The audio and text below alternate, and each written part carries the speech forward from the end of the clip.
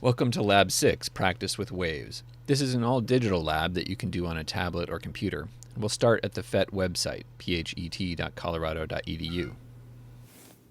All right, so we'll explore Sims. Physics is on top. You gotta scroll over a little ways to the right, and you'll find wave on a string, and then just hit play. This will open the simulation in your browser. You want to leave it set to manual, turn the damping all the way to none, and the tension about halfway. Then no end for the wave, so it just goes out the window there. And you can turn on both rulers and the timer. So you'll notice that you can move these rulers around. We'll be using those to measure things like amplitude and wavelength. So you can play around a little bit and see what happens when you wiggle the wrench up and down. You can create waves by moving up. You make a little pulse, you can make an oscillating cycle, and so on. So we'll do a few of these and then make measurements of those waves. So the first thing you want to do is start a few cycles like this. And then you can change to a lower frequency and see what you notice. Or a higher frequency. We're going to measure the wavelength of these waves. So to do that, we'll let the oscillator run the wave for us. So you can leave it set at 0.75, frequency of 1.5 hertz. We can go ahead and pause, and you can measure the wavelength. So move the ruler around and use that to measure the wavelength. Then we're going to want to measure the speed. So to measure the speed, you'll need to decide a point on the wave to measure, like a peak. And then you can start the timer, and notice it doesn't actually start running while the simulation is paused.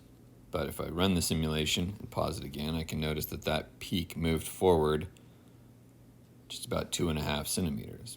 So I'll measure that more precisely. I can let it run a little bit longer. Now it's 4 centimeters or so, and it took 1.08 seconds to move that distance. So we can use those two measurements, the time and the distance, to calculate the wave speed.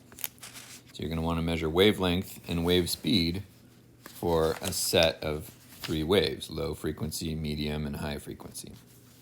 And to change the frequency, of course, you can set, I'll reset, you can change the frequency setting down here. So if we want to go to 0.75, we can run the simulation, and I'll reset the timer. We can pause the oscillation.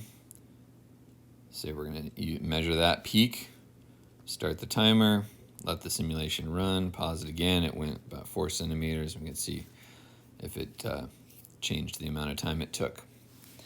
So you're going to notice for large changes, you've made a large change in the frequency, and so you want to see, is there a correspondingly proportional change in the velocity or not? There's always some uncertainty.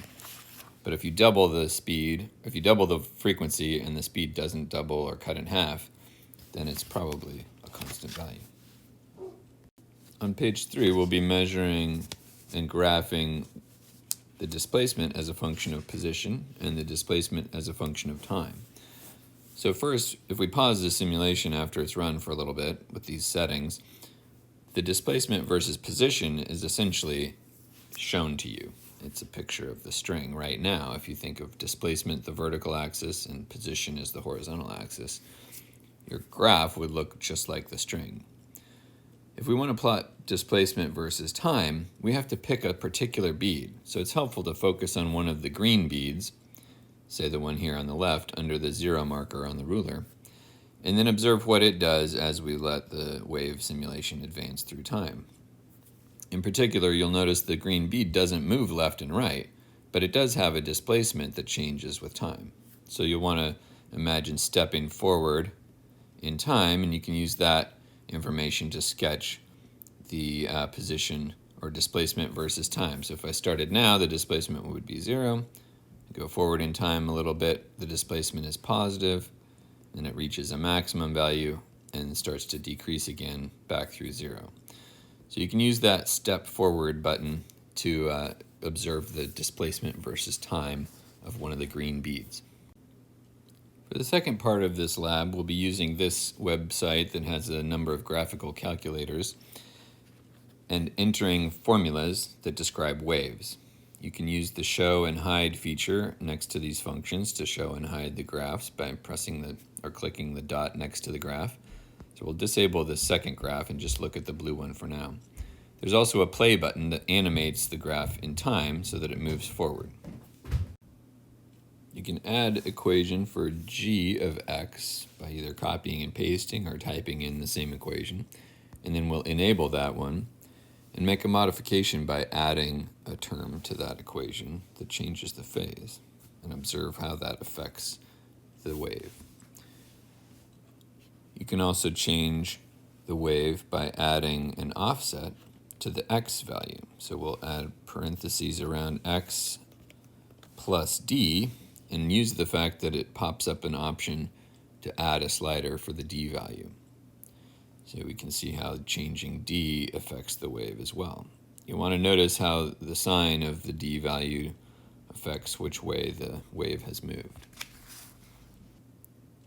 The last two parts use simulations that are farther down, superposition and interference of upright pulses and inverted pulses, which are fairly straightforward, and I don't want to give away anything by playing them now, but you're welcome to explore them. At the end, we'll be looking at combinations of sine waves. So again, you've got an f of x function and a g of x function, and we also have the option to show the sum of those two waves. So you'll explore how the combination wave is affected by each individual wave. The sum is representing the combination of f and g, and we can see how in some cases that wave is larger than the original waves, in some cases that wave is smaller, representing destructive interference. This is how the simulation should look with your slider added, and you can observe the sum in purple growing and shrinking depending on the offset between the original waves.